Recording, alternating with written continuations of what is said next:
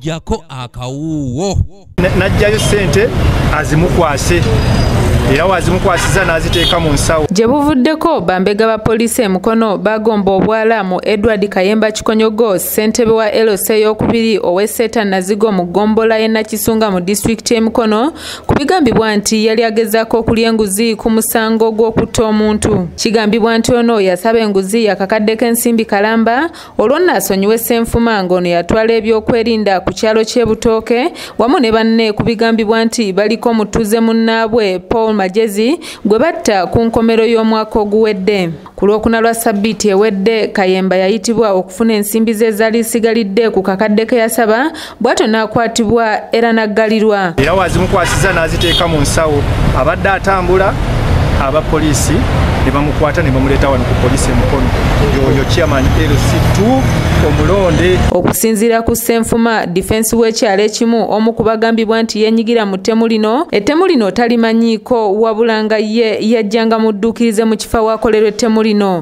Abannumiriza nti nze natta omuntu ng'abannumiriza baana ba ku kyalo ekyewaffe naye nange nenkola statement eyange nga neewuunya kubanga nze okugenda ku siini eyali efudde omuntu nagenda n'omusirikale era twagenda naye tutuuka we baatuyita ababbi we baali enduulu neevuga ku kyalo ekituliraanye ekyekirwanyi tuvaayo n'omusirikale tugende enduulu gye ziri tugenda okutuuka enduulu gye ziri ng'enduulu tezikyavuga.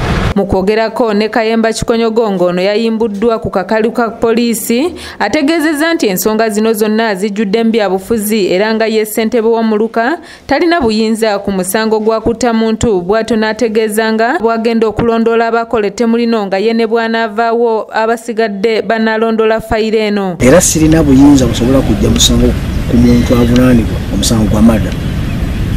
Ekyo kya bulimba kyamaani weyo si tu mu misango gy'ateeka okuwandulinga soogo era omuntu yenna ayogera ekyo talina bugezi kumanya nze nina influence ki ku musango gwa mada ku nsonga yonna. So ebyo bya bulimba bagezaako okulabika nga bazibiikiriza n'okugyawo obujulizi kubanga bwe byatandika bamaze okujja wano ku poliisi ne balaga fayiro abajulizi bonna abagiriko abavunaana ne baddayo okwagala okutta obujulizi. Mu kwogerako n'amyuka ssentebe wa disitulikiti y'Emukono Stephen Mafuwa avumiridde ebikolwa bino wabula n'ayongera okulumiriza Kayemba nga bw'abadde tali mulambulukufu mu mpeereza ze okumala ebbanga eriwerako. Chairman wa LC2 Kayemba Kikonyogo abbye ku bantu buli omu emitwalo 15 abantu 7 so guno gubadde muzeegwe ng'agukola naye leero olakwa nti amakumi ana gatuuse okulaba nti akwatiddwa era ni musanyufu nnyo nga neebaza poliisi y'Emukono eyambye omusajja ono abasajja bano abanaku